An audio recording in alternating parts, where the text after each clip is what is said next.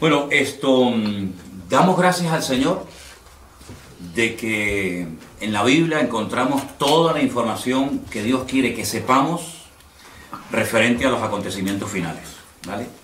Yo tengo encima de la mesa, me gustaría que me fueran, por ejemplo, pásame.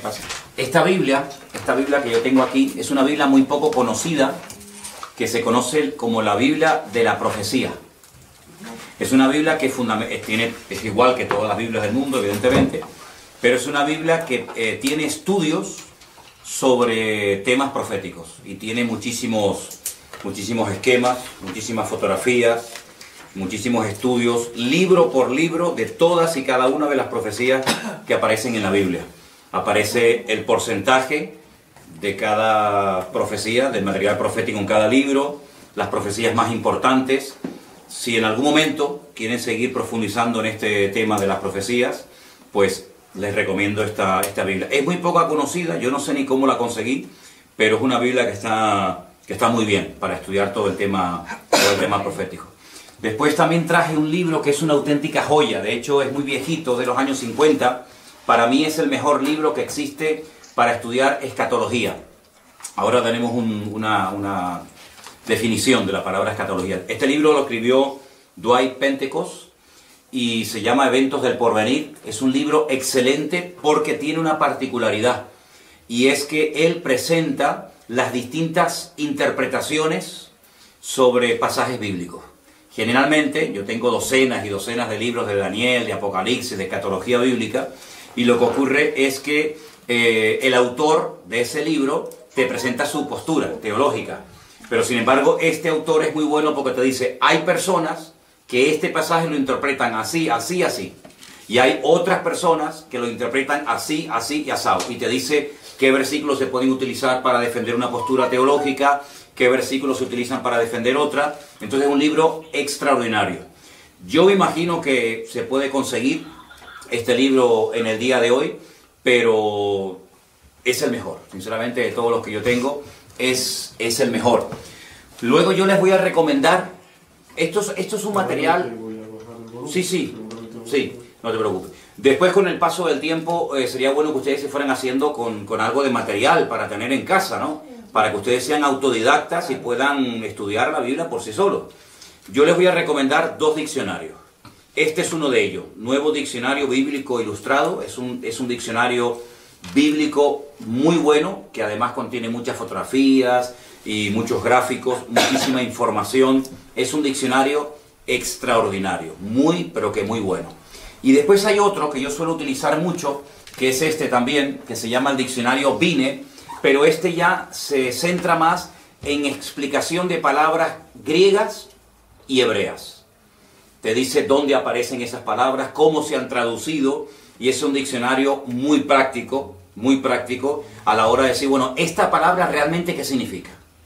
¿Cómo se tradujo esta palabra en este libro? ¿Cómo se tradujo en otro momento de la historia en otro libro? Es un libro extraordinario. Y luego tengo todo el Nuevo Testamento con el texto griego. Ustedes saben que el idioma griego es un idioma tremendamente rico, y a veces una palabra traducida no explica exactamente lo que se quiso decir en un principio. Entonces este es un volumen extraordinario, porque antiguamente venían 6 volúmenes, en 6 tomos, pero ahora lo han hecho en uno solo, y entonces se titula Comentario al texto griego al Nuevo Testamento. Durante estas próximas clases les iré recomendando diferentes libros para que ustedes tengan material muy bueno a la hora de conocer el tema de la escatología. Tenemos aquí en la pizarra una explicación, una definición de la palabra escatología, una palabra que parece muy rara, pero que no es tan complicada. La escatología bíblica, ¿vale?, es la rama de la teología. Teo es Dios, eología es palabra. Es la rama de la teología que trata de los acontecimientos finales. Escatos significa último, logos, palabra o estudio. Entonces es el estudio de las palabras que tienen que ver con los últimos tiempos. Yo sé que no es una palabra que se suele utilizar habitualmente en nuestro vocabulario de cada día, pero para que ustedes sepan que cuando hablamos de escatología no estamos hablando de nada raro, sino es la rama de la teología que estudia los acontecimientos finales. Hay parte de la teología que estudia la figura de Dios, hay parte de la teología que estudia la angelología, todo lo que tiene que ver con el mundo de los ángeles, con los demonios y todo eso. Hay parte de la teología que tiene que ver con la salvación, etcétera, etcétera. Pero la parte de la teología que estudia los acontecimientos finales se llama escatología. En este caso, escatología bíblica. ¿De acuerdo? Entonces, es muy importante que nos demos cuenta de un principio que funciona a la perfección. Y es que la Biblia se interpreta a sí misma. Esa es una regla de oro que hay que tener siempre presente. Lo que usted a lo mejor está leyendo en Daniel y no entiende, te vas a lo mejor al Apocalipsis y lo entiende, o viceversa. Vamos a hacer una prueba antes de entrar ya en materia, para explicar un par de capítulos muy fundamentales y necesarios de entender para poder entender el resto del tema de la escatología, para que ustedes se den cuenta lo importante que es entender otras cosas del libro de Daniel para poder interpretar adecuadamente el libro del Apocalipsis. Vamos a hacer un ejemplo. Vamos a ir, por ejemplo, al capítulo 13 del libro del Apocalipsis. El último libro de la Biblia, concretamente en el capítulo 13, los primeros versículos, vamos a leerlos para los hermanos que nos están escuchando. Apocalipsis 13, del 1 al 2. Y se van a dar cuenta que si ustedes no tienen una base bíblica para poder interpretar estos textos, ustedes no van a entender absolutamente nada. Que es lo que les suele pasar a mucha gente. Que cuando se quieren meter a estudiar escatología bíblica, como no tienen una base, el libro de Apocalipsis les aburre y entonces lo dejan para más adelante porque no entienden nada. Apocalipsis 13:1 dice: me paré sobre la arena del mar y vi subir del mar una bestia. Fíjense el dato que nos da aquí. Tenía 7 cabezas y 10 cuernos. Y en sus cuernos 10 diademas. Y sobre sus cabezas un nombre blasfemo. La bestia que vi era semejante a un leopardo. Sus pies como de oso. Y su boca como boca de león. Y concluye el versículo 2 diciendo que el dragón le dio 3 cosas. Le dio poder, le dio su trono y le dio grande autoridad. Ahora, está bien claro que este animal no existe. No hay ningún animal que se parezca a un leopardo, pero que cuando observa sus pies es como un oso y cuando habla es como un león. Entonces uno dice, esto no se puede interpretar literalmente. Detrás de esto hay un lenguaje simbólico. Cada animal, cada cosa que aquí nos proporciona el texto, tiene que significar algo, y como no sé lo que es ese algo, no entiendo el pasaje. Entonces lo que la gente hace es que lo descarta y ya digo, lo deja para más adelante. Entonces, lo primero que vamos a estudiar esta tarde es la figura o la imagen del rey Nabucodonosor. Y nos vamos al capítulo 2 del libro de Daniel. Leí estos versículos de Apocalipsis 13 para que os deis cuenta que si ustedes no entienden el pasado, no pueden entender el futuro. Entonces, en Daniel capítulo 2, es un capítulo extraordinario porque nos habla acerca de un sueño que el rey de Babilonia, en este caso Nabucodonosor, tuvo. Y entonces él dice que él quería saber su interpretación. Pero cuando él se reúne con todos los magos, sátrapas y adivinos de su corte, él les dice algo. Quiero que ustedes me interpreten el sueño que he tenido. Quiero saber lo que significa. Pero lo primero que quiero es que me digan qué fue lo que soñé. Y cuando yo vea que ustedes han sido capaces de contarme lo que yo soñé, entonces yo sabré que ustedes son capaces de interpretarme el sueño. Claro, esto nunca se había pedido. Las personas que estaban a su alrededor en la corte le dijeron, pero rey, ¿cómo te vamos a interpretar el sueño si no nos lo cuentas? Cuéntanos el sueño y nosotros te diremos lo que significa. Y él dijo, de eso nada. Si no me cuentan el sueño y a continuación su interpretación, los mando a matar a todos. Daniel, que vivía en el palacio del rey Nabucodonosor, pidió tiempo. Dijo, bueno, dame tiempo, vamos a orar, a ver si el Señor me quiere interpretar o me quiere dar la interpretación y a continuación también el sueño que has tenido. Vamos a Daniel capítulo 2. Después de orar y de buscar al Señor intensamente en oración, el Señor le reveló a Daniel lo que había soñado y lo que significaba ese sueño. Estamos en Daniel capítulo 2, versículo 27. Daniel capítulo 2, versículo 27. El misterio que el rey demanda, ni sabios, ni astrólogos, ni magos, ni adivinos lo pueden revelar al rey. Así de claro. Esto es imposible. Porque jamás en la historia había ocurrido que un rey quiere que le cuenten primeramente el sueño y después la interpretación. Pero hay un Dios en los cielos, el cual revela los misterios, y él le ha hecho saber al rey Nabucodonosor lo que ha de acontecer en los postreros días. He aquí tu sueño y las visiones que has tenido en tu cama. Versículo 29. Estando tú, oh rey, en tu cama, te vinieron pensamientos por saber lo que había de ser en lo porvenir. Y el que revela los misterios te mostró lo que ha de ser. Y a mí me ha sido revelado este misterio, no porque en mí haya más sabiduría que en todos los vivientes, sino para que se dé a conocer al rey la interpretación y para que entiendas los pensamientos de tu corazón. Daniel no se está atribuyendo ninguna gloria para sí mismo, sino que él lo que está dejando bien claro es que no hay hombre alguno en la tierra que sea capaz de interpretar esto, ni siquiera él. Pero sin embargo él exalta y levanta la figura de su Dios y dice, pero hay un Dios en los cielos que lo sabe todo, que lo conoce todo. Ahora, la interpretación del sueño es algo impresionante, porque te vas a dar cuenta de que Dios es el que conoce y revela la historia cuando Él quiere y como Él quiere. Escucha la interpretación del sueño. Versículo 31. Tú, oh rey, veías y aquí una gran imagen, esta imagen que era muy grande y cuya gloria era muy sublime, estaba en pie delante de ti, y su aspecto era terrible. La cabeza de esta imagen era de oro fino, solo la cabeza, su pecho y sus brazos de plata, su vientre y sus muslos de bronce, sus piernas de hierro, sus pies en parte de hierro y en parte de barro cocido. Estabas mirando hasta que una piedra fue cortada no con mano e hirió a la imagen en sus pies de hierro y de barro cocido y los desmenuzó.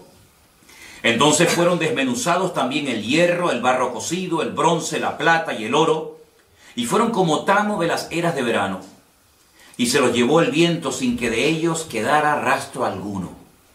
Mas la piedra que hirió a la imagen fue hecha un gran monte que llenó toda la tierra. Este es el sueño. También la interpretación de él diremos en presencia del rey. Versículo 37. Tú, oh rey, eres rey de reyes, porque el Dios del cielo te ha dado reino, poder, fuerza y majestad. Y donde quiera que habitan hijos de hombres, bestias del campo y aves del cielo, Él lo ha entregado en tu mano, y Él te ha dado el dominio sobre todo. Tú eres aquella cabeza de oro. Ya está revelando la interpretación del sueño.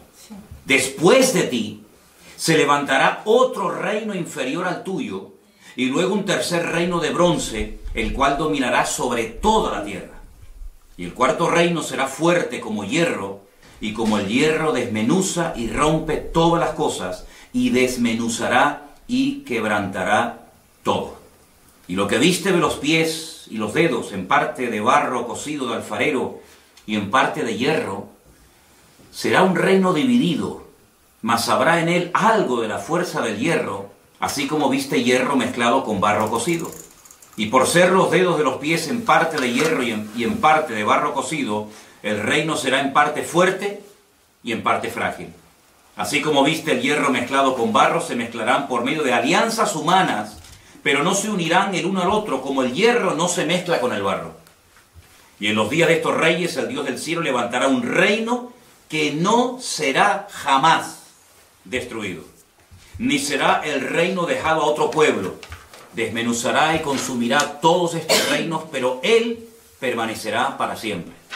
Y de la manera que viste que del monte fue cortada una piedra, no con mano, la cual desmenuzó el hierro, el bronce, el barro, la plata y el oro, El gran Dios ha mostrado al rey lo que ha de acontecer en lo porvenir, y el sueño es verdadero y fiel su interpretación. Claro, ante semejante revelación, este rey soberbio, que era el que gobernaba la tierra en aquel momento, dice que se postró sobre su rostro, se humilló ante Daniel y mandó que le ofrecieran presentes e inciensos. Es decir, vamos a ver, es que lo que Nabucodonosor está viendo es espectacular, porque si tú has sido capaz, por el poder de tu Dios, de recibir la revelación del sueño que yo he tenido, yo no tengo ninguna duda de que lo que tú me has interpretado es verdad. Es decir, la credibilidad que tú tienes a la hora de interpretarme el sueño te la da el hecho de que primero me has contado el sueño. Y esto es algo realmente descomunal. Ahora, tenemos aquí, lo íbamos a poner en la pantalla, pero nos falló a última hora el proyector. Tenemos aquí una imagen muy interesante de lo que soñó el rey Nabucodonosor. Ustedes pueden comprobar aquí la imagen, que está compuesta por 4 materiales diferentes. Tenemos la cabeza de oro, el pecho y los brazos de plata, el vientre y los muslos de bronce. Fíjense que va de mayor categoría a inferior, y las piernas de hierro y los pies mezclados hierro y barro. Aquí, a este lado, tienen ustedes el nombre del imperio que representa o simboliza cada uno de estos materiales. El oro, recuerden esto, representa el imperio babilónico, que duró desde el 607 hasta el 539 antes de Cristo. Ese reino lo conoció Daniel, porque era el reino en el cual él vivía en aquel tiempo. Este fue el reino que atacó Jerusalén, que destruyó el templo, que se llevó cautivos a miles y a miles de personas, uno de ellos Daniel, ¿verdad? Y ese fue el reino que estaba en ese momento gobernando el mundo. Pero la profecía o la interpretación del sueño profético decía que cuando este reino cayera, porque no era un rey eterno, se levantaría otro reino. Y fíjense que como tiene 2 brazos, nos habla acerca de 2 naciones diferentes, los medos persas. Y este reino fue desde el 539 hasta el 531 después de Cristo. Los medos persas. Los persas hoy en día siguen existiendo bajo el nombre de Irán. Los iraníes son persas. Y los medos no tienen tierra y serían hoy en día los famosos kurdos. Los kurdos, los que están siempre tratando de reclamar un trocito de tierra para ellos. Y esto, cuando tú miras atrás, claro, para Daniel esto era profético, esto no se había dado. Esto era, bueno, vamos a ver si esto es verdad. Pero tú sabes perfectamente que cuando miras atrás, no solamente porque la Biblia lo dice, sino porque la historia secular lo corrobora, efectivamente. Todo el mundo sabe que después de la caída del imperio babilónico, se levantaron y gobernaron muchas naciones de la tierra durante mucho tiempo, los medos persas. Pero ese imperio, que también lo conoció Daniel, pues cayó y se levantó un tercer imperio que lógicamente ya Daniel no pudo conocer, porque si no, este hombre ¿cuántos años va a tener? ¿Ve? Este imperio, que era el imperio de los griegos, del cual habla mucho la Biblia en el libro de Daniel, iría desde el 331 hasta el 168 antes de Cristo, y está representado por el vientre y los muslos de bronce, ¿vale? Y el rey más famoso de este imperio, sin lugar a dudas, fue Alejandro Magno, del cual indirectamente también habla la Biblia, y lo vais a ver en otras profecías y en otros capítulos del libro de Daniel. Pero el imperio... Perdón, ¿de sí. bronce o de cobre? ¿Perdón? ¿De bronce o de cobre? De bronce. Ahí pone cobre. De cobre. ¿Dónde está? Aquí, mira. Sí, bueno, pero bronce. Es bronce. Bronce. ¿Ok? Ese imperio, aunque fue un imperio muy importante que ejerció una influencia tremenda, prueba de ello es que el Nuevo Testamento se escribió en el idioma de esta gente, en el idioma de los griegos, ¿vale? Ese imperio cayó, y hay cosas muy interesantes que contar acerca de ese imperio. Y se levantó un cuarto imperio que está representado por las piernas de hierro, y fue un imperio que casi duró 1000 años. Ten en cuenta que de todos los miembros del cuerpo humano, el miembro más largo son las piernas. Y por eso las piernas representan al Imperio Romano. Pero hay dos piernas, y así como había dos brazos que representan a los medos y a los persas, también había dos partes del Imperio Romano muy importantes, Oriente y Occidente, ¿vale? La capital del Imperio Romano en Oriente, ¿cuál era? Constantinopla. Y la capital del Imperio Romano en Occidente era Roma, ¿vale? Este fue el imperio del Nuevo Testamento. Este es el imperio que conoció Cristo, que empezó en el 476 hasta el 900 y pico después de Cristo. De todos los 4 imperios que aquí se menciona en la Biblia, que iban a aparecer a lo largo de la historia de la humanidad, el único que encontramos en el Nuevo Testamento es el imperio de los romanos. Estos 3 ya habían desaparecido en la época de Cristo. El babilónico, el medo-persa y el griego ya no existían, aunque lógicamente dejaron mucho de su influencia. Y bueno, todavía se pueden ver vestigios y ruinas y monumentos de estos imperios, pero que desaparecieron antes de Cristo. El Antiguo Testamento, la Tanaj, como se llama en hebreo, nos relata la historia del imperio babilónico, nos relata la historia del imperio medo-persa, pero no dice absolutamente nada del tercer imperio, que es el imperio de los griegos. No tenemos información en nuestras Biblias sobre el imperio griego. Pero en el Concilio de Trento, siglo XVI, ¿vale? Concilio de Trento, siglo XVI, la Iglesia Católica, a través del Papa de turno, decidió por su cuenta y libre albedrío, meterle 7 libros más al Antiguo Testamento. Y uno de esos libros, yo les recomiendo que lo lean.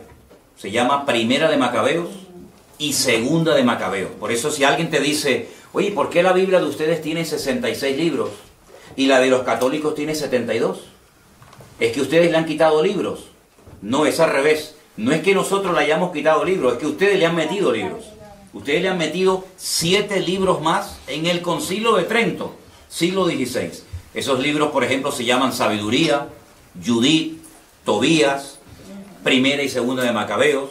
Y esos libros de Primera y Segunda de Macabeos son la historia, son la historia de la influencia del Imperio griego durante el tiempo que se dividió el Imperio griego. Cuando Alejandro Magno se muere, pues se divide en 4, que ya hablaremos en su momento acerca de eso, y entonces el Antiguo Testamento termina contándonos la historia de los medos persas, pero claro, si tú estás estudiando esta profecía, tú dices, bueno, pero ¿y entonces los griegos? Es que el Antiguo Testamento no termina contándote la historia de los griegos. Y cuando empiezas el Nuevo Testamento ya te encuentras a los romanos, Poncio Pilato, el César de Roma, etcétera, etcétera. Entonces tú dices, ¿qué pasó con el tercero? Bueno, tú sabes, o debes saber, que entre el Antiguo Testamento y el Nuevo Testamento hay 400 años de silencio, donde no se cuenta nada, ¿vale? Y entonces por eso los griegos no aparecen en el Antiguo Testamento, pero estaba profetizado por el Señor de que habría un tercer imperio llamado el imperio de los griegos, de los macedonios, ¿de acuerdo? Entonces lo que tienen que aprenderse sí o sí de memoria, y no es tan complicado, son 8 palabras: oro, plata, bronce y hierro. Mira qué fácil. Oro, plata, bronce y hierro. Babilonia, Medo-Persia, Grecia y Roma. Ya está. Con esos 4 materiales, ustedes saben que la interpretación del sueño del rey Nabucodonosor consistía en revelarle al rey Nabucodonosor la historia de 4 imperios que tendrían mucho que ver con el pueblo de Dios, tanto en el Antiguo como en el Nuevo Testamento. Podríamos contar cientos de cosas de cada uno de los imperios. Por ejemplo, este imperio, el babilónico, fue el que destruyó el primer templo, por ejemplo, ¿vale? Fue el segundo imperio de los medos persas el que permitió la reconstrucción del segundo templo, por ejemplo, ¿verdad? Ahí está, en este segundo periodo, en este segundo templo, está la historia del famoso libro de Esther, donde está Asuero, donde está el rey Artajerjes, el rey Darío, ¿vale? El rey Ciro. Todo eso ocurre bajo el gobierno de los medos persas, el segundo imperio que hubo, ¿vale? Hay muchas cosas que se pueden contar acerca de cada uno de estos imperios. Fue el cuarto imperio el que, por así decirlo, inventó el sistema de muerte más despiadado y humillante del mundo, que es la crucifixión, y era el que estaba profetizado que emplearían con la figura de Cristo. Por eso el Mesías no podía haber nacido antes del Imperio Romano, porque prácticamente no existía la crucifixión, ¿vale? Fue el Imperio griego, con su cultura y su filosofía y su idioma tremendamente rico, el que utilizó el Señor para la traducción de la Biblia por primera vez. La primera vez que se tradujo la Biblia, el Antiguo Testamento, ¿vale? El Nuevo Testamento aún no estaba escrito, fue en el idioma griego. Y esa versión se conoce como la versión o la Biblia de la Septuaginta. Porque se llevaron a 70 intérpretes de la Biblia a la ciudad de Alejandría, y allí se les pidió que tradujeran la Biblia. Y esa primera traducción se llamó la Biblia de la Septuaginta. ¿De acuerdo? Ahora bien, esta imagen fue un sueño que tuvo el rey Nabucodonosor. Ahora pueden entender ustedes la soberbia de este rey cuando le dice Daniel: tu reino es solamente la cabeza de oro. Pero cuando tu reino caiga, se levantará un segundo, un tercer y un cuarto imperio.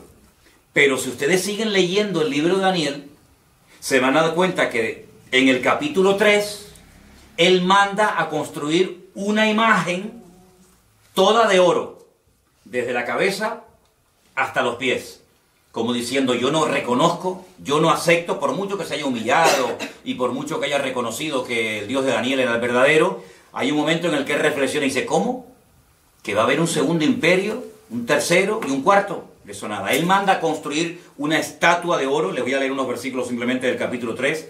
El rey Nabucodonosor, verso 1, hizo una estatua de oro cuya altura era 60 codos, su anchura era de 6 codos, la levantó en el campo de Dura, en la provincia de Babilonia. Un atentado contra la revelación divina, como diciendo: toda la estatua va a ser de oro porque mi reino va a durar eternamente y para siempre. Y ese fue el gran milagro de aquellos 3 jóvenes que dice la Biblia que no quisieron postrarse ante la imagen de oro y fueron arrojados dentro de un horno de fuego, y el Señor los salvó milagrosamente de la muerte. Y otra vez el rey Nabucodonosor cae de rodillas y reconoce que el Dios de estos chicos es el Dios verdadero. Pero bueno, vendrán otros momentos en los que demostrará su soberbia y su orgullo, porque a pesar de las cosas tremendas que está viendo, él sigue, como decimos aquí, R con su actitud, ¿no? De no querer reconocer las cosas. Entonces, queda claro la interpretación de este sueño. Queda claro, ¿no? ¿Vale? Los 4 imperios ya forman parte de la historia. Pero ¿qué es lo que ocurre?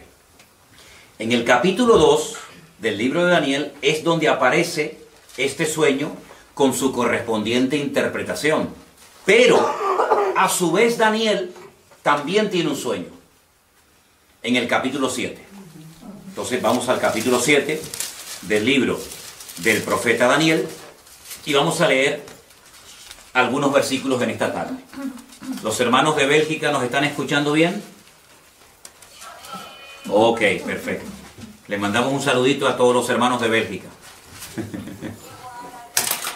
Y a todos los que nos están viendo de muchas partes, hermanos de Estados Unidos y de México y de muchos lugares. Que el Señor les bendiga a todos. Daniel capítulo 7.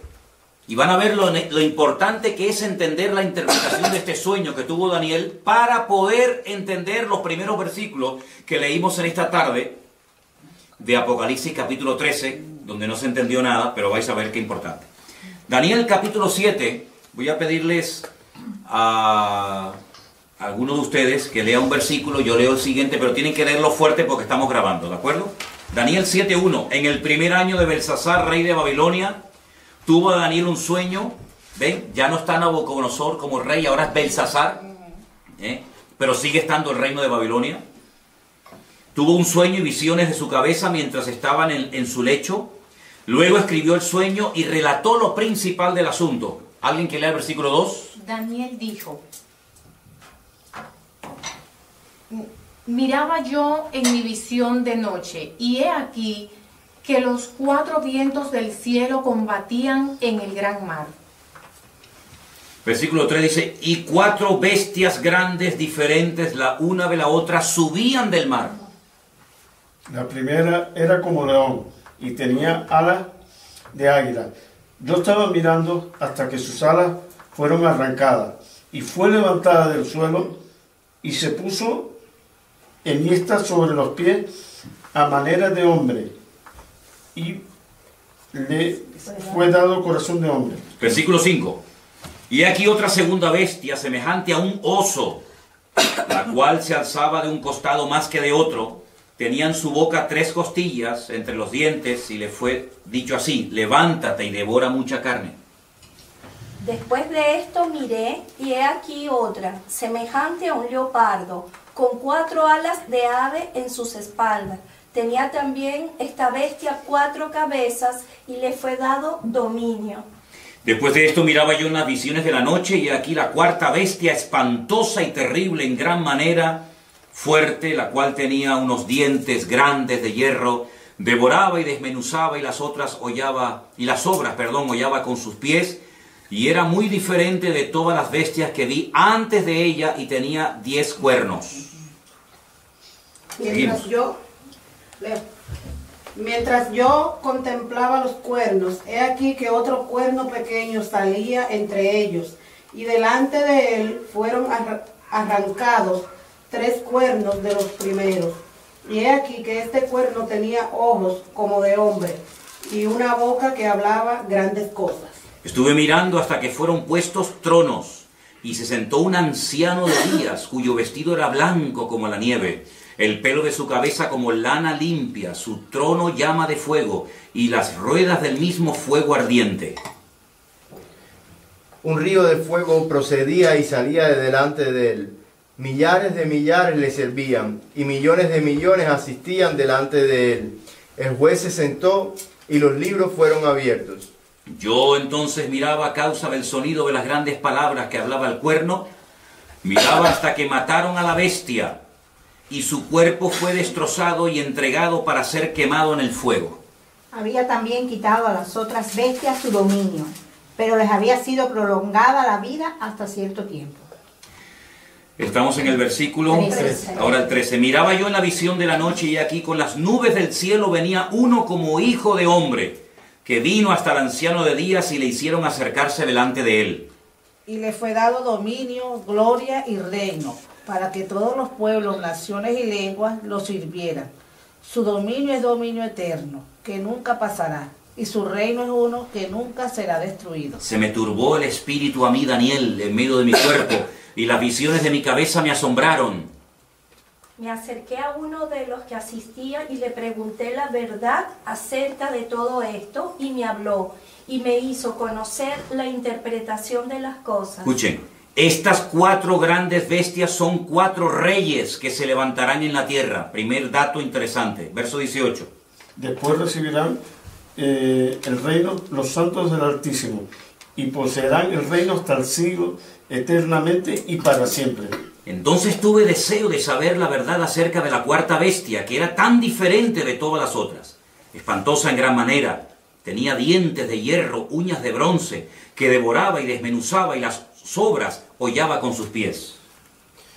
Asimismo, acerca de los 10 cuernos que tenía en su cabeza y del otro que le había salido, delante del cual habían caído 3, y este mismo cuerno tenía ojos y boca que hablaba grandes cosas, y parecía más grande que sus compañeros. Y veía yo que este cuerno hacía guerra contra los santos y los vencía.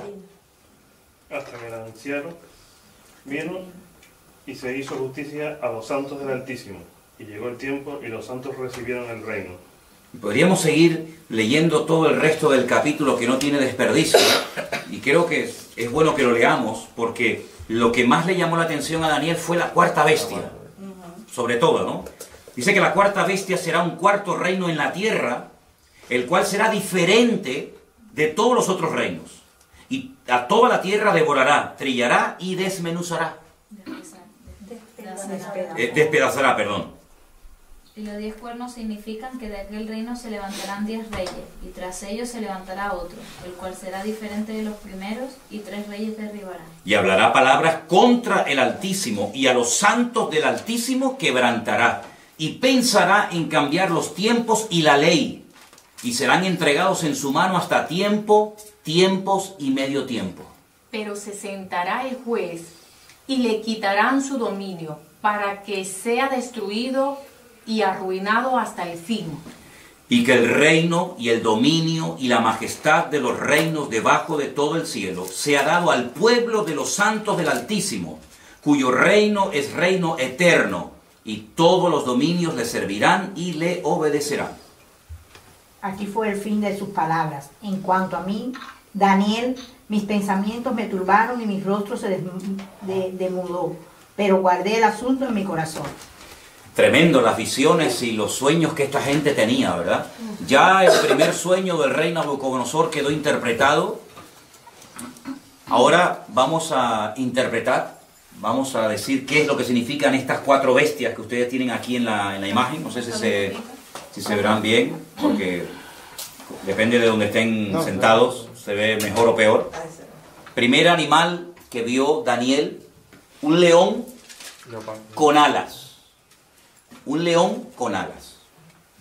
Segundo animal que ve, un oso con 3 costillas en la boca y dice que está apoyado sobre una pierna más que de otro. Luego, ahí hay una falta de estabilidad tremenda. Tercer animal que ve, un leopardo con 4 cabezas. Y la cuarta bestia que ve, una cabeza, 10 cuernos, terrible, espantosa, destructiva, sin piedad, sin misericordia, y fue algo que le espantó tanto a Daniel que él más que nada quería saber qué significaba, qué representaba la cuarta bestia. Ahora, la interpretación de qué representan estos animales es exactamente la misma que la interpretación del capítulo 2 de Daniel. La cabeza de oro representa o representaba a Babilonia. ¿Sí o no? Sí. Al lado de la cabeza pongan el león con alas, representa también a Babilonia. Es lo mismo. Lo que pasa que Daniel, como siervo de Dios, ve la ferocidad de los reinos, mientras que, digamos que Nabucodonosor, como rey, lo que ve es la grandeza de los reinos, el oro, la plata, etcétera, etcétera, ¿no?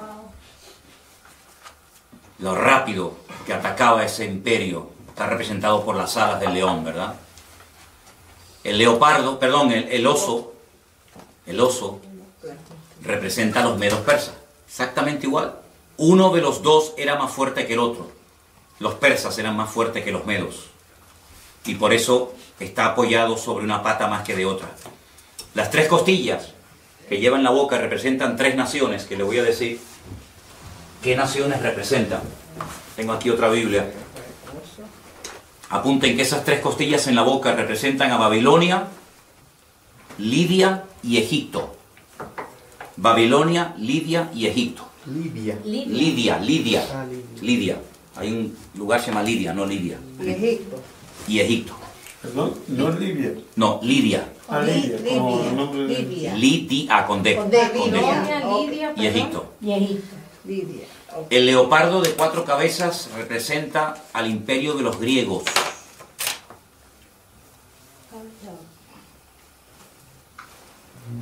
El imperio de los griegos. Tengo que ponerle aquí al móvil batería, porque si no, no me voy a quedar sin batería.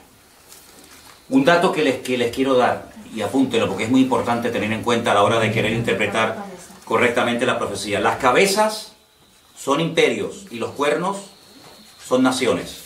Eso es un dato muy importante que tienen que tener en cuenta si quieren interpretar lo que es el tema profético.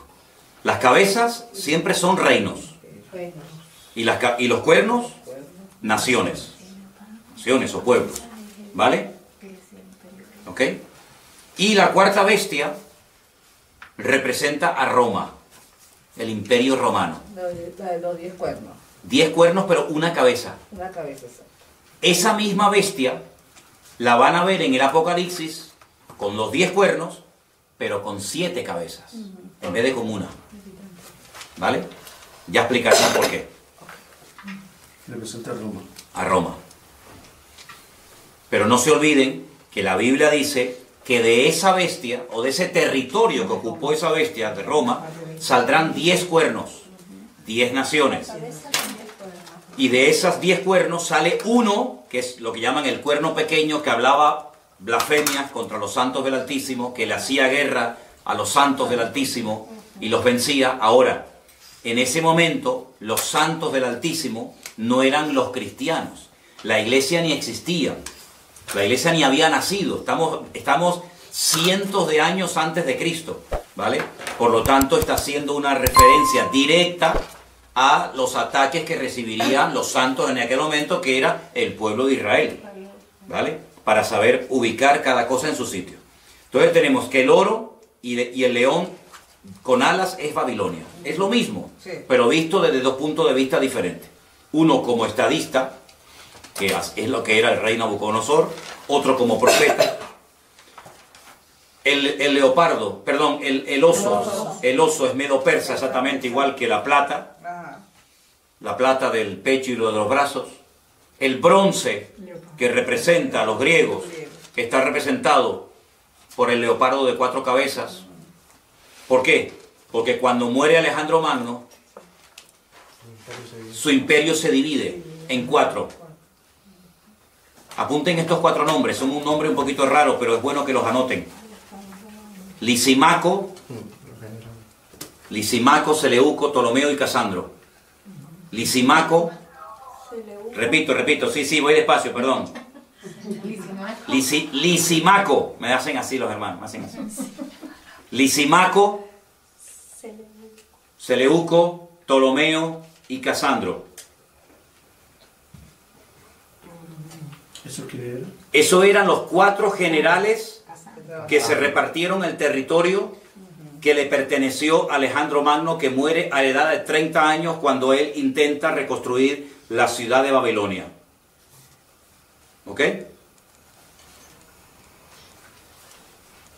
¿Puedes repetir el tercero? A ver.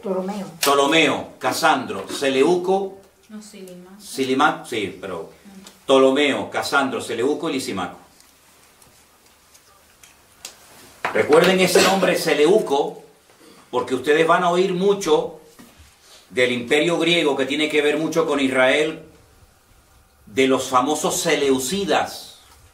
Los seleucidas, cuando ustedes vayan a leer en la Biblia católica esos libros de historia de Israel que le añadieron, como dije antes, en el siglo XVI, Concilio de Trento, al Antiguo Testamento, ustedes van a encontrar un personaje terrible, llamado Antíoco Epifanes. Ese era un seleucida, porque el imperio romano se dividió en 4 y la parte que a él le correspondió era la parte que conocemos hoy en día como Israel. Y este es el que coge un cerdo y lo sacrifica en el altar en el templo de Jerusalén. Porque podríamos hablar mucho, largo y tendido, acerca de las estrategias de estos 4 imperios. Por ejemplo, el primero destruyó el templo. Él no quería que hubiera ningún templo más que el de ellos. Pero el segundo imperio manda a construir el templo. El tercer imperio no lo destruye, pero lo profana. Y el cuarto imperio lo vuelve a destruir.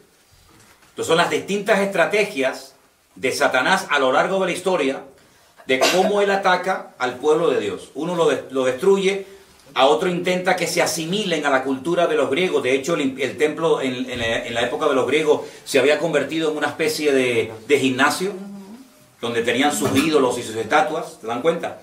Entonces todo esto es muy interesante que lo sepa. Y la cuarta bestia es nada más y nada menos que Roma, ¿sí? Vamos a ponerles aquí, los hermanos, para que sigan viendo el estudio, ¿ok? De acuerdo. Les voy a poner aquí una imagen. Aquí tienen ustedes, por ejemplo, ¿ves? Al oso, ¿veis? El oso con las 3 costillas en la boca, representa a los medos persas, ¿sí? Vamos a ver si puedo ponerles otras imágenes, porque a veces, como dice el refrán, una imagen vale más que 1000 palabras, ¿no? Tenemos, por ejemplo, miren esta imagen de este...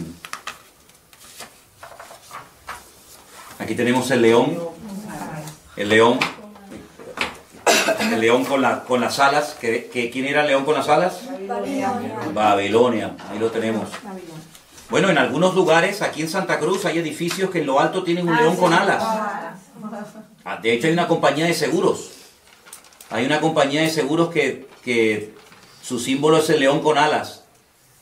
Y hay edificios de los antiguos masones en Santa Cruz de Tenerife que aparecen en las fachadas y en las azoteas leones con alas, porque se identifican con el imperio de Babilonia.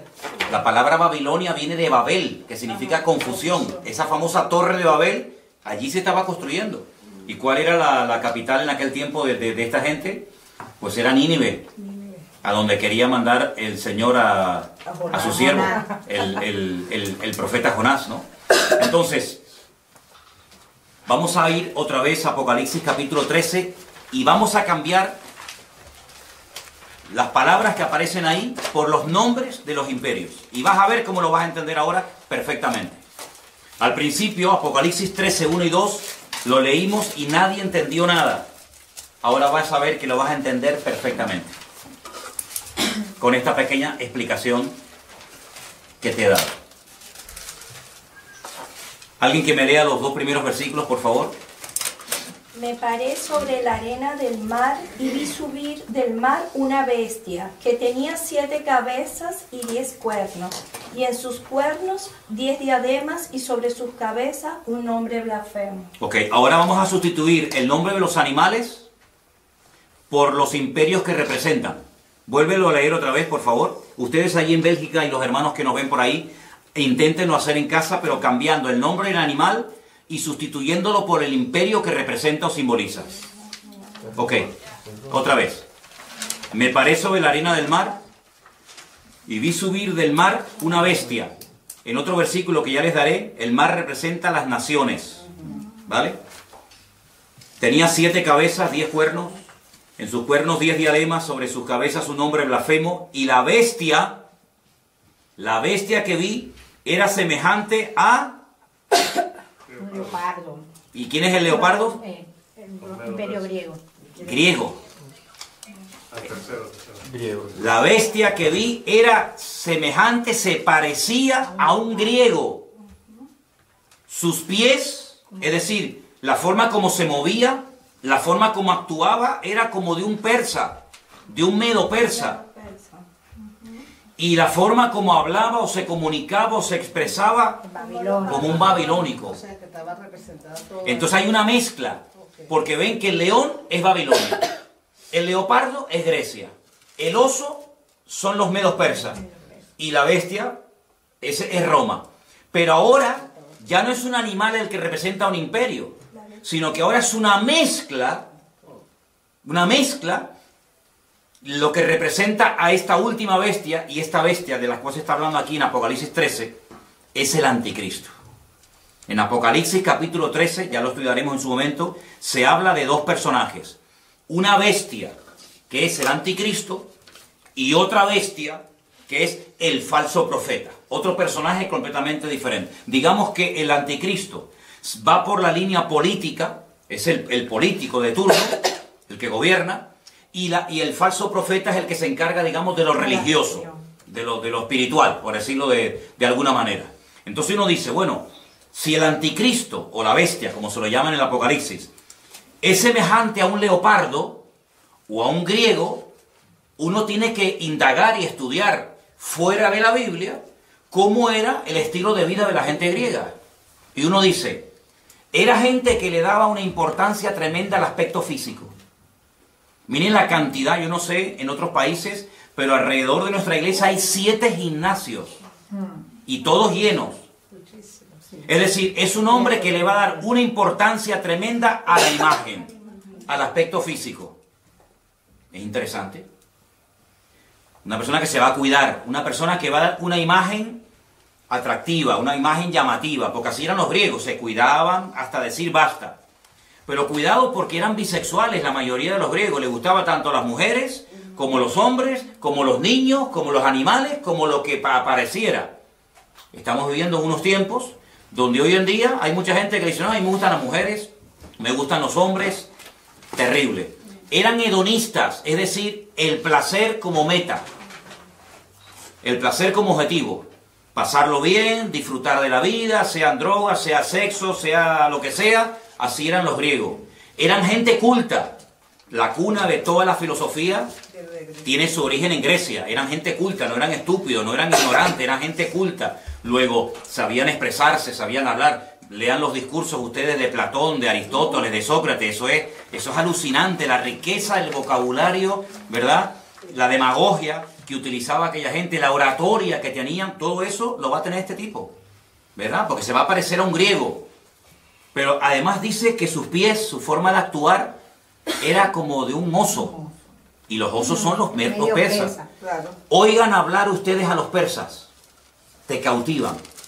Hablan así, muy suave. Calmado. No es como los árabes que hablan muy brusco, muy cerrado, muy bruto el idioma, ¿no? El persa es muy suave en su forma de hablar, muy tranquilo, te cautiva. ¿No han visto los gatitos persas, lo lindos que son? Son así los persas, son cautivadores, son seductores, te atrapan, su forma de ser es impresionante. Pero dice la Biblia que su boca es como la de un león, destructivos a más no poder. Entonces te das cuenta que es una mezcla de culturas, es una mezcla de pueblos, de influencias del pasado. Te das cuenta lo importante que es saber lo que significan los animales del Antiguo Testamento, claro. Porque si no, no te enteras a la hora de interpretar el Nuevo. Pero hay un dato muy importante.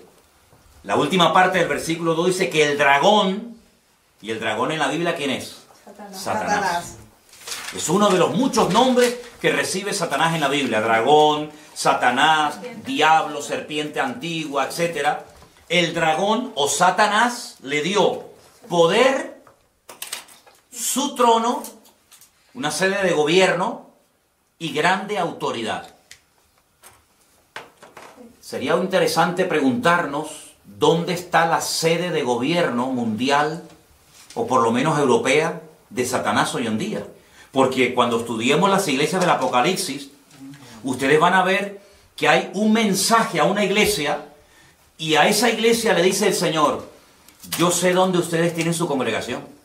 Ustedes tienen la iglesia, ustedes se congregan donde hoy por hoy Satanás tiene su trono. Pero Satanás no tiene hoy en día su trono allí. Entonces tú te vas a dar cuenta de que las naciones que se van a unir en los últimos tiempos para apoyar al anticristo son naciones que surgen del antiguo territorio del Imperio Romano. Y entonces uno tiene que estudiar la historia y preguntarse, ¿y los romanos qué parte del mundo conquistaron? ¿América? No. ¿Oceanía? Tampoco.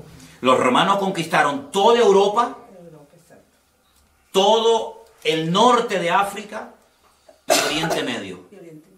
Por eso ven dos piernas, porque una pierna representa un continente y la otra pierna representa la otra parte, África y Occidente. Qué curioso que el único continente del mundo que se ha unido militarmente, económicamente, políticamente, etcétera, etcétera, etcétera, ¿cuál ha sido? Europa. Europa hace años se enfrentó en una guerra donde murieron 65 millones de personas, donde franceses, alemanes, ingleses, austríacos, polacos, todos se odiaban. Sin embargo, hoy en día son amigos y se sientan todos a comer en la misma mesa. Hubo una primera guerra mundial donde murieron millones de personas. Es decir, el único continente donde se han llevado a cabo 2 guerras mundiales ha sido Europa. Y sin embargo, hoy en día se han unido y hay una sede de gobierno hoy por hoy en Europa que está desde donde nos están viendo ahora mismo nuestros hermanos de Bélgica, allí en Bruselas, desde donde está la sede de gobierno europeo, y lo que se aprueba ahí afecta para bien o para mal al resto de Europa. De hecho, los españoles, los franceses, los alemanes, etcétera, tienen sus eurodiputados, sus representantes en ese lugar donde se dictan leyes de todo tipo. Entonces se dan cuenta de que lo que antes era un sueño o algo imposible, que incluso tuviéramos una moneda en común, los alemanes, los franceses, los italianos, los belgas, los portugueses, los griegos, etcétera, hoy en día es una realidad, ¿verdad? El euro, Europa, hasta nuestro nombre, hasta el nombre de nuestro continente tiene nombre de mitología griega. Estudien, vean, yo no lo voy a decir, pero estudien ustedes, indaguen quién fue Europa. ¿Quién fue Europa? ¿De dónde viene el nombre Europa? Era parte de la mitología de la historia griega. Entonces se dan cuenta que el imperio griego ha caído, pero la influencia griega sigue estando hoy en día, vamos, entre nosotros de una forma tremenda, tremenda. Entonces, por una parte uno ve gente muy culta, pero por otra parte ve a esa gente tan culta que son después unos auténticos salvajes y unos auténticos liberales, porque va a haber una mezcla de cultura, de salvajismo, de religiosidad, de espiritualidad. Ah, y una cosa, los griegos eran muy religiosos. No se olviden ustedes que cuando el apóstol Pablo fue a Grecia, al Areópago, dice que caminó por la mañana y luego por la tarde lo invitaron a compartir la palabra y dijo, hermanos o amigos, veo que ustedes sois gente muy religiosa, porque tenéis dioses para todo. Incluso observé que tenéis un altar donde hay abajo, al pie del altar, una inscripción que dicen, al Dios no conocido. Por si acaso se nos queda alguno por no adorar, también lo adoramos. Y Pablo, aprovechando esa coyuntura, dijo, yo os vengo a hablar de ese Dios que ustedes ignoran, y comenzó a predicarles la palabra, ¿no? Entonces, vamos a estudiar en estas clases, paso a paso, cómo poder interpretar los capítulos del libro del Apocalipsis, pero antes de meternos a estudiar en profundidad los capítulos y los personajes, tenemos que tener las herramientas para interpretar. Ya sabemos interpretar los materiales. Si yo les digo la plata, los medos persas. El oro, Babilonia. El leopardo de 4 cabezas, que representa la división del imperio griego cuando muere Alejandro Magno, los 4 generales, ya sabemos quiénes son, los griegos. La bestia con una cabeza y 10 cuernos, los romanos. El león con alas, los babilónicos. Bueno, ahora nos quedan los caballos que cambian de color en el libro de Apocalipsis, y también nos queda no solamente el tema de los caballos, sino también el lenguaje simbólico que se emplea cuando se habla de algunos imperios en particular, como por ejemplo el macho cabrío y el carnero. Eso lo vamos a ver la próxima semana, cómo hay una batalla entre el macho cabrío y el carnero, cómo se enfrentan el uno al otro, cómo hay un cuerno que le crece de una forma enorme, de una forma desproporcional. Todo eso lo vamos a ir viendo, porque el libro del Apocalipsis está escrito en un lenguaje simbólico y hay que dominarlo. Pero luego una cosa que yo creo que es fundamental es, después, con toda esta información, saber poner cada pieza en su lugar. Es decir, todo el mundo ha oído hablar algo del anticristo, de la marca de la bestia, del falso profeta, de Armagedón, ¿vale? Ahora, con todas esas piezas, ¿dónde va cada una? ¿Qué es primero? ¿Los sellos, las copas, las trompetas, el caballo negro, el caballo blanco, el amarillo? ¿Qué va primero? ¿La marca de la bestia o el arrebatamiento de la iglesia? ¿Qué va segundo? ¿La gran tribulación? Todo eso hay que saber ponerlo en su sitio, y la próxima semana, Dios mediante, vamos a poner aquí en la pizarra, vamos a hacer por orden los acontecimientos. Vamos a dar algunos versículos, como mínimo 3 por cada acontecimiento, para que ustedes puedan demostrar, yo creo en esto, por esto, porque lo dice la Biblia, y aprendernos el orden y explicar cada uno de esos acontecimientos, ¿de acuerdo?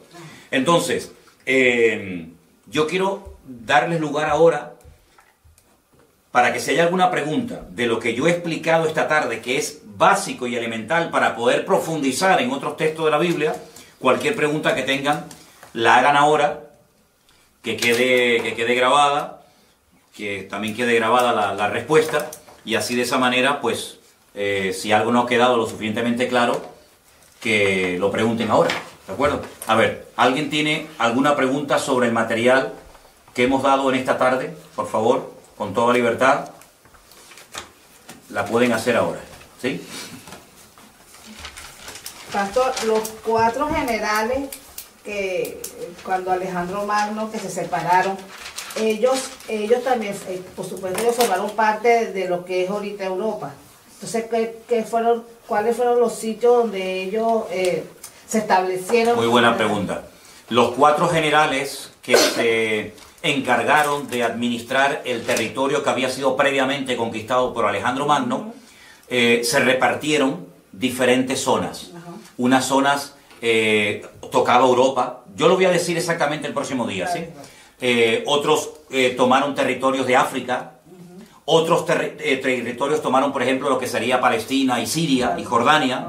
Entonces, eso es muy importante porque de uno de esos cuatro viene el anticristo. Y eso es muy importante porque nosotros tenemos que saber el anticristo, qué características como humano tiene. Yo sé que hay películas en Hollywood donde aparece Satanás teniendo relaciones sexuales con una mujer y nace el anticristo. Esas son películas. El anticristo tiene padre y tiene madre. El anticristo es un político de carne y hueso que se dará a conocer, que tendrá un poder tremendo, una influencia tremenda a nivel mundial, que tendrá apoyo militar, apoyo económico, apoyo político de muchas naciones y que va a llevar en un principio a muchas naciones, digamos, a la prosperidad, a la abundancia, etcétera, pero que al final quebrantará todos los pactos y acuerdos y convenios que previamente había firmado y establecido, incluido uno con el pueblo de Israel, ¿verdad? Les traicionará y entonces se volverá el peor gobernante de todos los tiempos, con matanzas y con guerras y con injusticias tremendas, ¿no? Pero muy importante la pregunta que tú has hecho, porque tenemos que saber esos 4 generales qué territorio dominaban. Por eso dije antes los famosos seleucidas, sí. Los seleucidas, la famosa guerra de los asmoneos, la famosa guerra de los macabeos. La palabra macab significa en hebreo martillo. Los macabeos eran los que golpeaban, los que intentaban golpear y destruir al imperio de los griegos, que por un tiempo lo consiguieron, cuando volvieron a consagrar el templo de Jerusalén. De ahí viene la famosa fiesta de Hanukkah y todo eso, que ya lo explicaremos en su momento. Pero la próxima semana te digo exactamente el territorio que ocuparon, ¿de acuerdo? ¿Alguna pregunta que ustedes quieren hacer? O los que están viendo en directo quieren hacer alguna pregunta sobre la clase de hoy. Quiero que quede bien clara la interpretación, la explicación de Daniel 2 y Daniel 7. Por hoy, con eso, nos podemos dar por satisfechos. Y ya la próxima semana, si Dios quiere, estudiaremos las otras partes. Ahora, finalmente quiero mostrarles esta imagen, que ya es una mezcla de los diferentes imperios que ustedes ya conocen. Aquí está la bestia con los 10 cuernos. Ven que tiene algo del oso, ven que tiene algo del leopardo, ven que tiene algo del león.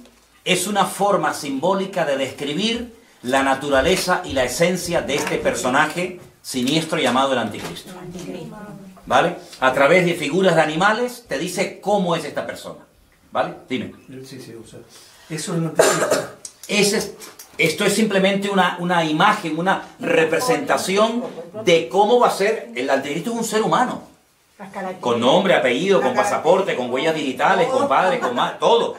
Lo que pasa, ¿cómo describir a ese personaje? ¿Cómo podemos describir su forma de actuar, su forma de pensar, su forma de reaccionar? Bueno, pues a través de aquellos animales que en el Antiguo Testamento representaban imperios que existieron, y entonces se hace una especie de mezcla de esos animales para describir cómo es su naturaleza como persona. ¿Sí? ¿Quedó claro? ¿Sí? ¿Ok? ¿Alguna pregunta más? La otra bestia y el dragón irán por separado, pero tendrán, claro, estarán interconexionados con... Totalmente. Con la misma... Sí, la primera bestia del Apocalipsis 13, que surge del mar, dice en el versículo 1, vi subir del mar una bestia, y la describe. La otra, la del versículo 11, dice, después vi otra bestia que subía de la tierra, y tenía cuernos semejantes a los de un cordero, pero hablaba como un dragón. Son dos bestias diferentes, pero están, vamos, totalmente unidas, vinculadas, se apoyan mutuamente, porque dice que esta bestia, el falso profeta, como se le llama, hace que adoren y que sigan a la primera bestia, pero lo curioso es que después la primera bestia destruye a la segunda bestia. Primero se apoyan y luego se matan entre ellos, que es lo que muchas veces hemos visto. Los cananeos, aquellas 7 naciones de Canaán, eran los filisteos, los amorreos, en fin, todas las naciones se odiaban, se mataban entre ellos, pero cuando tenían un enemigo en común, se unían para hacer fuerza, para pelear contra Israel, pero luego después entre ellos se mataban, y entre ellos se odiaban, ¿no? Como por ejemplo pasa hoy en día en el mundo árabe, que se odian entre ellos, se matan entre ellos, pero luego cuando tienen que pelear con un enemigo más poderoso que ellos, se unen, pero es como el barro con el hierro, que dice que así como no pega, se quieren unir naciones que tienen un enemigo en común, pero en el fondo no dejan de odiarse, ¿no? Y de matarse el uno al otro, ¿no? Tremendo. ¿Vale? Y por ejemplo, sí. En este caso, ahora se va a firmar el 14 de mayo, que se cumple justamente el tiempo de independencia de creación de Israel, este movimiento ecuménico que se está haciendo con que se quiere firmar ahora en mayo con el Papa, el Vaticano. ¿No sería simbólicamente la representación así de este falso profeta? Bueno, vamos a ver en la Biblia qué nos dice la Biblia acerca del falso profeta. La Biblia nos habla muchísimo, nos da datos muy interesantes, porque claro, vamos a ver, uno dice, bueno, el anticristo, vale, tiene que venir. Pero bueno, ¿cómo reconocemos a este señor? Si ya está, si no está, ¿de dónde tiene que venir? ¿Cómo es? ¿Cómo no es? La Biblia te da un montón de información, porque si no, ¿para qué me dice que va a venir el anticristo si no me dice cómo va a ser y cómo tengo que reaccionar? El falso profeta. Sí, va a venir un falso profeta y tal, que parece un cordero a priori, pero que luego cuando habla es un demonio. Pero ¿cómo puedo reconocerlo? La Biblia nos da unos datos hasta de cómo se visten, hasta de cómo se van a vestir, cómo van a actuar. Entonces, claro, con todos esos datos, tú los analizas y comienzas a descartar. Bueno, estas características las cumple, por ejemplo, este sector o esta religión, ¿sí o no? No, entonces esto no puede ser. ¿Y estas características pegan con esta religión? Pues no. ¿Y estas características que me dice aquí la Biblia pegan con esta? Dice, ostras, pues sí, pega muchísimo. Porque además te dice hasta dónde va a tener su sede de gobierno. Exacto. Desde dónde van a gobernar. Entonces, claro, ante estos datos, uno que vamos a suponer que uno es imparcial, ¿no? Y uno dice, bueno, yo quiero saber, ¿esta gente quiénes son? Pues tengo que coger a los budistas, tengo que coger a los musulmanes, tengo que coger a los hinduistas, tengo que coger a los católicos, tengo que coger a todo el mundo, y por descarte tengo que ir seleccionando y diciendo, bueno, pues las características que me proporciona la Biblia pegan más con esta gente que con aquellos. Entonces todo eso lo vamos a ver porque la Biblia, y sobre todo el Apocalipsis, se escribió para darnos información, no para confundir. Claro. Darnos información en un lenguaje simbólico, pero que cuando tenemos las herramientas, como ustedes ya hoy pueden interpretar el Apocalipsis capítulo 13 muchísimo mejor que hace una hora. ¿Por qué? Porque ya sabes lo que representan los animales. Hace una hora no tenías a lo mejor ni idea. Pues cada semana tú vas a tener un montón de datos. Es como una plantilla, ¿no? Yo la pongo encima del texto y digo, el dragón significa esto, la bestia significa lo otro. Y te vas a dar cuenta de que vas a disfrutar, porque ahora sí que lo entiendo. Ahora sí que lo entiendo. ¿Y el anticristo y falso profeta que será? ¿Musulmán? No se sabe si es de religión, europeo. Vamos a verlo. Sí, la Biblia lo dice. Como también dice que una de las señales será que se unirán 4 potencias y una de ellas desaparecerá, será convertida a polvo. Yo lo puedo traerlo más claro, pues. Bueno, de lo que hemos leído esta tarde habla de 4 imperios que se levantarían, que finalmente serían destruidos y al final se levantaría un imperio eterno. Y claro, uno se pregunta, ¿y el imperio eterno cuál es? ¿Es que no va a ser destruido nunca? Años diciendo, Señor, una de las señales va a ser que cuando se empiezan a unir 4 potencias, esas potencias, ¿cuál será? No, más de 4 se van a unir, porque todavía no hemos entrado. Claro, es que ustedes quieren saber todo de golpe. Pero cuando vayamos, por ejemplo, al libro del profeta Ezequiel, claro, falta para eso. El profeta Ezequiel te habla de God, Magog, Mesed y Tubal. Porque estamos hablando de bestias, estamos hablando de animales. No, pero ahora vamos a entrar a naciones. Y bueno, ¿quién es God? ¿Dónde está God hoy en día? ¿Dónde está Mesec? ¿Dónde está Tubal? Entonces uno tiene que decir, bueno, esas naciones antaño tenían un nombre, pero hoy en día siguen siendo las mismas con otros nombres. Hay naciones que se siguen llamando hoy en día exactamente igual que como se llamaban en la Biblia. Por ejemplo, Siria. Siria siempre se ha llamado Siria, siempre. Egipto siempre se ha llamado Egipto. Pero hay naciones que existen hoy en día con otro nombre, pero que uno tiene que conocer cómo se llamaban en la Biblia esas naciones para saber decir, ah, mira quiénes son. Mira quiénes son. Los famosos ismaelitas. Hoy en día nadie se llama ismaelitas, pero son 10 naciones. El Señor le dijo a Abraham, 10 naciones saldrán de tu hijo Isaac.